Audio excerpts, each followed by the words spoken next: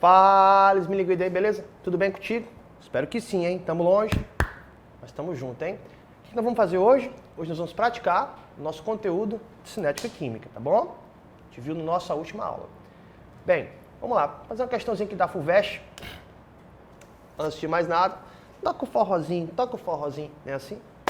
Numa determinada condição experimental e com um catalisador adequado, ocorre uma reação, conforme representada no gráfico, que relaciona a porcentagem do composto pelo tempo de reação.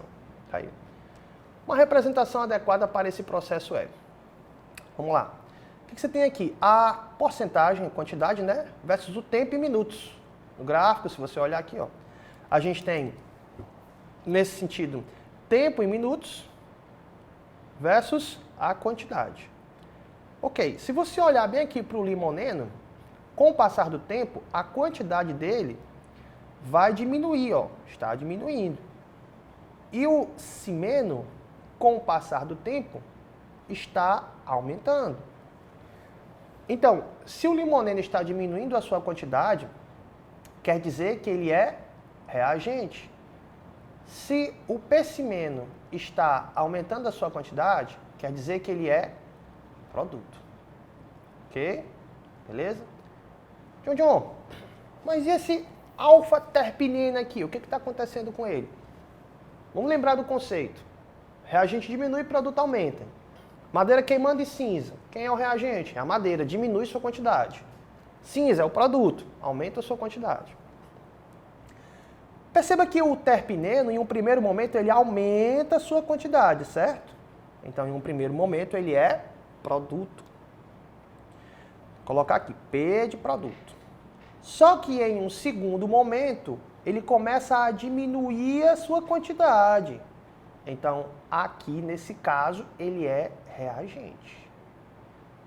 Como assim? Não entendi, não. Vamos lá, ó. A gente vai pegar a equação começando com o limoneno. O limoneno, ele é reagente e vai produzir um produto. Qual é o componente que é produzido inicialmente? É o alfa-terpineno. É o alfa-terpineno. Vou colocar aqui só terp, tá? Então ele está sendo produzido. Ó. Aqui, nessa primeira situação, ele está sendo, no caso, um produto. Depois, o alfa-terpineno se transforma em quem? Em P-cimeno. Então, essa é a equação. Ah, John, então o alfa-terpineno ele é um catalisador. Não, catalisador aparece no início e no fim. O alfa-terpineno, no caso, ele está aparecendo como produto na primeira equação. Nesse sentido, ele é um agente intermediário. Ele é um agente intermediário, ok? Então vamos procurar qual a alternativa que mais se encaixa nesse padrãozinho aí. Ok? Vamos lá. Onde tem esse quadradinho, pessoal, na realidade é uma setinha, tá? Aqui é uma setinha, ó. Aqui é uma setinha, né? Beleza? Então vamos lá. Qual é a alternativa que mais se encaixa? O limoneno, ele gera percimeno? Não, o limoneno ele gera alfa-terpineno. Então, no caso, se você olhar a letra A está fora. Ah, Jojo, então esse aqui, ó, o percimeno, ele é um catalisador. Não, não é. Ele é produto. Ah, Jojo, então eu vou marcar bem aqui a letra D, ó. Se a gente marcar a letra D, o terpineno está como catalisador. Gente, catalisador, ele aparece assim, ó. A mais B produzindo C. Aí C mais D produzindo B. B é um catalisador, ó. Aparece no início e no fim. C é intermediário, ó. Tá bom? Que é o caso do alfa-terpineno. Então aqui não é nossa resposta. O percimeno também não é reagente, ele é produto, tem que aparecer após a seta. Então a única alternativa que se encaixa pra gente, gabarito, letra E de especial que vocês são, tá bom? O limoneno se transforma no intermediário alfa-terpineno e o alfa-terpineno se transforma em percimeno, tá bom?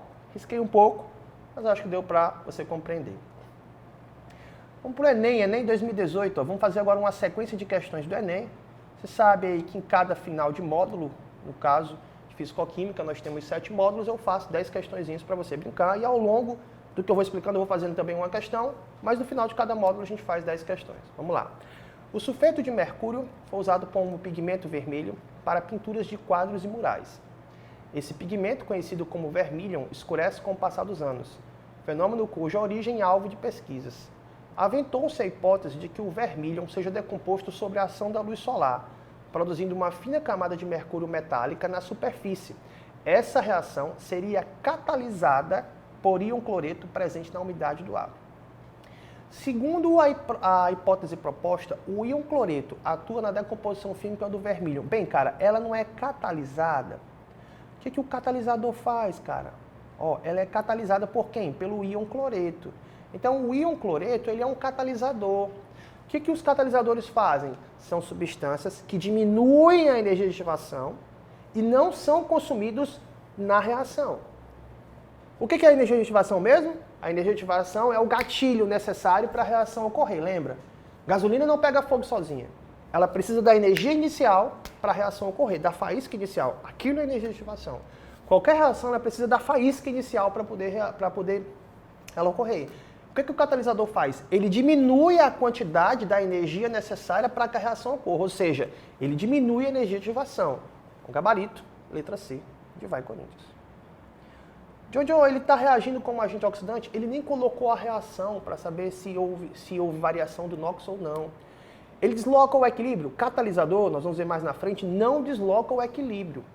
Ele aumenta a velocidade tanto de ida como de volta. Ele só aumenta a velocidade porque diminui a energia de ativação. Precipita cloreto de mercúrio. Cara, no texto, ele nem falou em mercúrio. Até que falou, uma fina camada de mercúrio metálico na superfície. Ele produz mercúrio metálico, né? Ele não produz cloreto de mercúrio. Absorvendo a energia da luz visível, também não. Catalisador diminui a energia de ativação. E catalisador, diga-se de passagem, é o tópico que mais cai na prova do Enem. Vamos fazer uma sequência aqui, ó. Enem 2018. Enem de novo. Bora lá. O milho verde, o milho verde recém-colhido tem um sabor adocicado. Já o milho verde comprado na feira, em 1 ou 2 dias depois de colhido, não é mais tão doce, pois cerca de 50% dos carboidratos responsáveis pelo sabor adocicado são convertidos em amido nas primeiras 24 horas. Ou seja, nas primeiras 24 horas, o sabor adocicado é transformado em amido, certo? Para preservar o sabor do milho, pode-se usar o seguinte procedimento em 3 etapas. 1. Descascar e mergulhar as espigas de milho em água fervente por alguns minutos. 2. Resfriá-las em água corrente. 3. Conservá-las na geladeira. Então a ideia do cara é impedir que o carboidrato responsável pelo sabor adocicado não seja convertido em amido. É isso que ele quer. Ele quer evitar que o carboidrato responsável pelo sabor adocicado seja convertido em amido. Então ele não quer que o carboidrato seja convertido em amido. Beleza? Então o que ele vai fazer? Primeiro, descascar as espigas de milho e colocar na água fervente. Aumentou a temperatura, isso é até estranho, né? Por quê, John? Porque o aumento de temperatura aumenta a velocidade da reação. Significa dizer, esmilinguido, que se ele botar, no caso, na água quente, a reação vai se tornar mais rápida. Ou seja, o milho vai estragar mais rápido, não é assim? Só tem uma exceção. Qual é, você lembra? O aumento de temperatura favorece a velocidade da reação. Ou seja, o aumento de temperatura sempre aumenta a velocidade da reação, com exceção das reações enzimáticas. As enzimas podem ser desnaturadas com o aumento da temperatura ou com a variação do pH. Então, o que ele está querendo aí? Ele está aumentando a temperatura para desnaturar a enzima. Se ele desnaturar a enzima, a velocidade da reação vai cair bruscamente, porque a enzima é um catalisador biológico. Enzimas são catalisadores biológicos. Então, nesse sentido, se tiver a enzima lá dentro, a enzima vai acelerar o processo de transformação do carboidrato em amido. E é exatamente o que ele não quer. Então ele está aquecendo. Para que ele está aquecendo? Para desnaturar a enzima. Sem a enzima, vai demorar mais para o carboidrato se transformar em amido. Depois ele coloca na geladeira, porque a diminuição de temperatura, no caso, diminui a velocidade da reação, certo? Então vamos lá. A preservação do sabor original do milho, pelo procedimento descrito, pode ser explicada pelo seguinte argumento. Letra A. O choque térmico converte as proteínas do milho em amido até a saturação. É exatamente o que ele não quer. Ele não quer que se transforme em amido. Então tá falso. Letra B. A água fervente e o resfriamento impermeabiliza a casca dos grãos do milho. Cara, se tu pegar um milho, que é duro, extremamente duro, tu colocar ele na água fervente, ele vai amolecer. Então não vai causar a impermeabilização da casca. Não vai. Então tá falso. Letra C. As enzimas, responsáveis pela conversão desses carboidratos em amido são desnaturadas pelo tratamento com água quente. Esse é o gabarito. Existem 3 maneiras de você desnaturar uma enzima, galera. É você variando o pH, é você aumentando a temperatura, ou você passando uma radiação eletromagnética por ela. Quando a radiação eletromagnética passa por ela, ela desnatura a enzima, e aí, no caso, o alimento vai demorar mais tempo para poder estragar, tá bom? Gabarito, letra C. As outras 2, micro-organismos que, ao retirarem nutrientes dos grãos, nada a ver. E letra E, o aquecimento desidrata os grãos de milho, alterando o meio de dissolução, onde ocorreria a espontaneidade e a transformação desses carboidratos em amido. É o que ele não quer. Ele não quer transformar carboidrato em amido. Bom? A hematita, além de ser utilizada para a obtenção do aço, também é utilizada como um catalisador de processos químicos, como na síntese da amônia, importante matéria-prima da agroquímica. O uso da hematita viabiliza economicamente a produção da amônia. Por quê? De novo, mesma pergunta. Daí a importância de fazer as provas passadas. Catalisador. Qual foi o ano daquela questão que a gente fez? 2018, né? Aqui, 2013. Catalisador faz o quê? Diminui a energetivação da reação, aumentando a velocidade. Gabarito, letra B. Lembra? Energia de ativação lá no gráfico, ela vai do ponto inicial até o ponto mais alto. É a energia necessária para que a reação ocorra. Tá bom? Será que cai de novo? Vamos lá. Há processos industriais que envolvem reações químicas na obtenção de diversos produtos ou bens consumidos pelo homem. Determinadas etapas de obtenção desses produtos empregam catalisadores. A gente fez 2013, 2015, 2018. O que o catalisador faz? Diminui a energia de ativação, aumentando a velocidade da reação. Que tem sido, na medida do possível, substituído por enzimas. O que são enzimas? Catalisadores biológicos. Em processos industriais, uma das vantagens de se substituírem os catalisadores químicos por enzimas decorre do fato de as enzimas, pessoal, elas são catalisadores biológicos. Certo? Qual é a vantagem delas em relação ao catalisador químico? Essa é a pergunta. Elas são consumidas durante o processo? Não. Catalisadores são processos que, no caso, não são consumidos durante o processo. Eles diminuem a energia de ativação, aumentando a velocidade da reação e não são consumidos. Então tá falso, tá bom? Beleza. Letra B. Compostos orgânicos. São compostos orgânicos? Sim. São biodegradáveis? Sim. Essa é a grande vantagem da enzima. Ela é biodegradável, diferentemente de um composto químico que pode ficar lá, por exemplo, na atmosfera vários e vários anos. Vou dar um exemplo. Lá na decomposição do ozônio, quem pode decompor o ozônio na camada de ozônio é o cloro. O cloro funciona como um catalisador. E ele pode ficar até 75 anos, uma única molécula de cloro pode ficar até 75 anos lá na camada de ozônio, destruindo o ozônio. Um catalisador não é consumido durante o processo.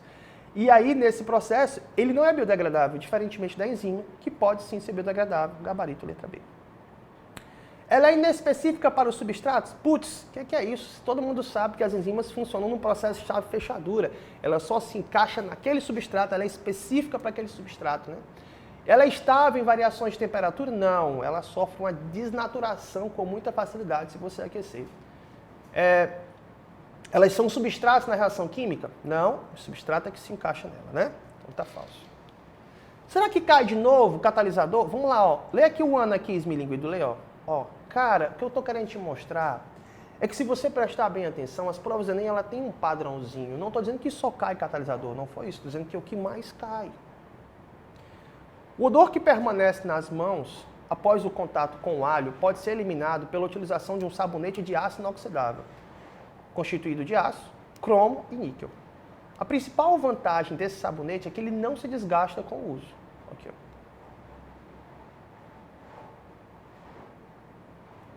Considere que a principal substância responsável pelo odor de alho é a alicina, estrutura 1. e que para que o odor seja eliminado, ela seja transformada na estrutura 2. Tá aqui. Na conversão de 1 em 2, o sabonete atuará como um sabonete, ó. Um sabonete de aço, cara. Você tá com a mão cheia de alho, tem um sabonete de aço, você passa a mão nele, e aí o cheiro some das suas mãos. Bem, vamos lá. O sabonete ele vai atuar como um ácido. Preste atenção, ele não se desgasta com o uso, cara. Se ele não se desgasta com o uso, cara, só há uma resposta plausível, ele é um catalisador. Tensoativo se fosse um detergente. Se fosse detergente, no caso, detergente é um agente tensoativo. Eu marquei foi redutor, porque o NOx do enxofre aqui varia, ó. Aqui tem uma cargazinha positiva. Cara, preste atenção. Pode até ser que haja uma oxirredução aí, uma transferência de elétrons, mas o sabonete não está agindo nem como oxidante, nem como redutor. O NOx dele lá não vai variar. Tá bom? Você vai aprender um pouco mais na frente quem sofre oxidação, agente redutor, quem sofre redução, agente oxidante, mas o sabonete não há variação. Ele nem diz do que é feito o sabonete, ele só diz que é... ele diz que é feito de aço, cromo e níquel, mas ele não fala se há variação do NOx ou nada. Então, gabarito, realmente, letra E, tá bom? Bora lá. Esse padrãozinho de questão aqui, um padrãozinho que ainda não caiu na prova do Enem, mas consta no edital, nós temos que fazer, no caso, pelo menos uma questão. O estudo da velocidade das reações é muito importante para as indústrias químicas, pois conhecê-las permite a proposição de mecanismos para uma maior produção. A tabela abaixo apresenta os resultados experimentais obtidos para um estudo cinético de uma reação química genérica elementar. Beleza, vamos lá.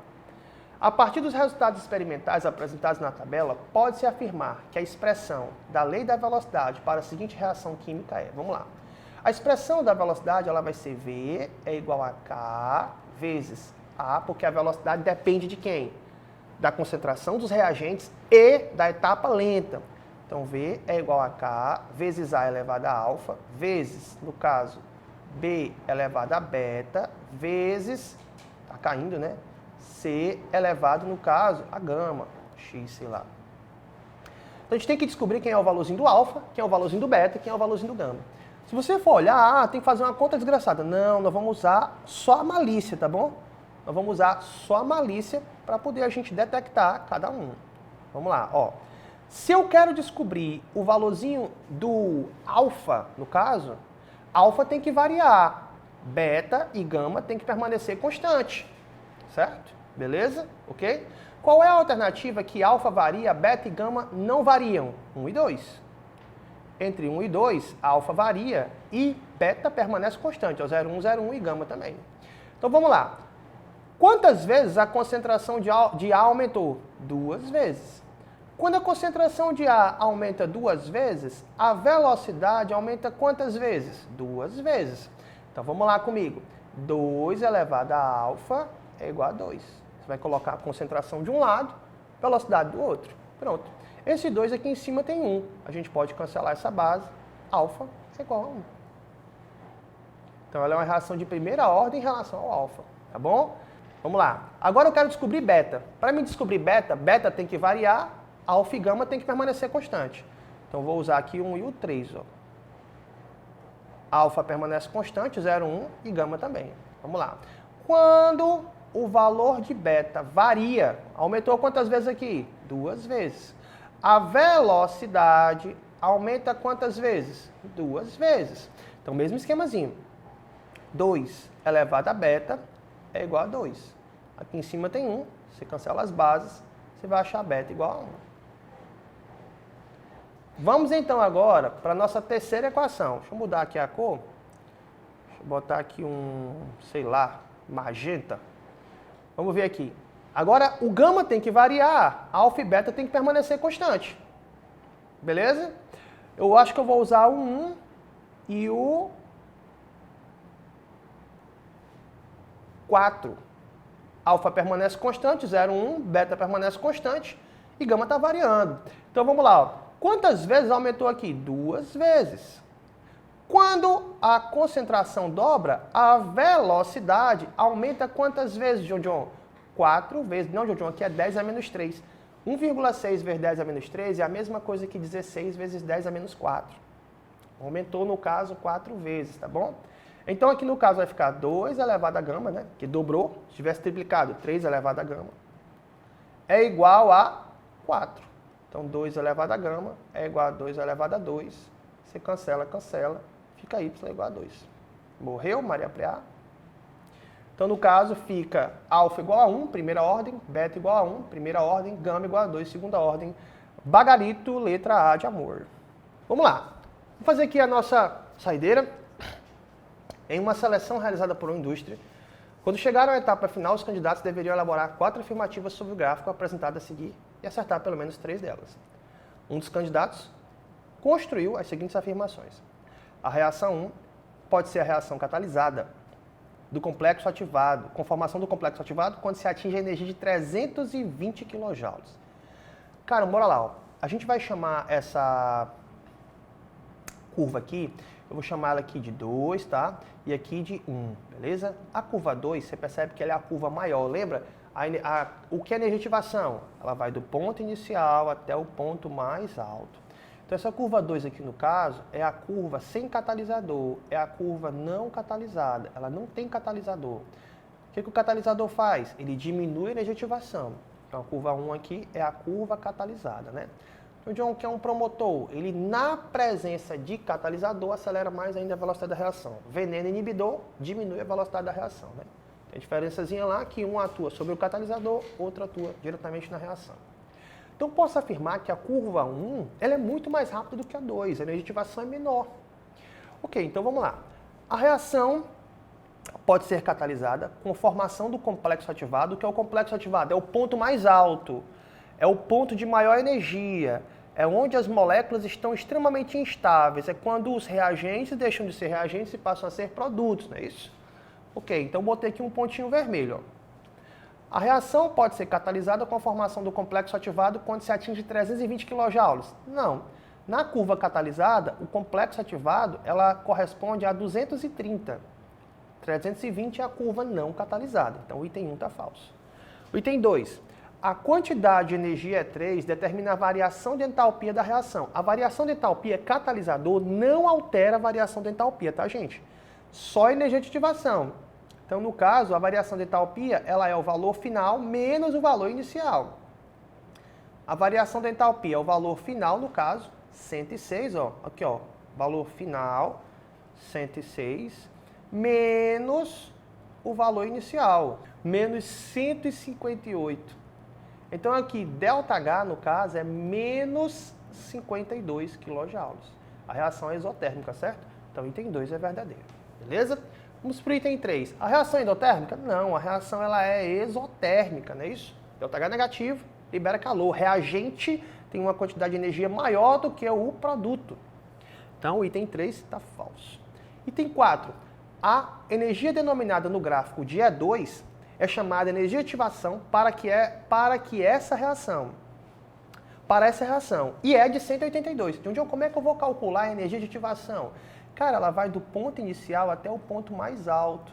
O complexo ativado da curva 2, que é a curva não catalisada, é 320. A energia de ativação ela vai do ponto inicial, no caso 158, até 320. Então, se você for calcular a energia de ativação, no caso é o valor final, lá em cima, ó, 320, menos o valor do início, que ela vai do ponto inicial até o ponto final, menos 158, tá bom? Esse valorzinho aqui de energia de ativação dá, nesse sentido, 320 menos 158 vai dar 40, 100, 160, vai dar 162 kJ, ok? Portanto, o item 4 é falso. Nesse sentido, nosso gabarito, letra C de Vai Corinthians. Valeu? Valeu, esmilinguido. Até o nosso próximo conteúdo. Beijo e toca o forrozinho, toca o forrozinho, toca o forrozinho. Valeu, galera. Tamo junto.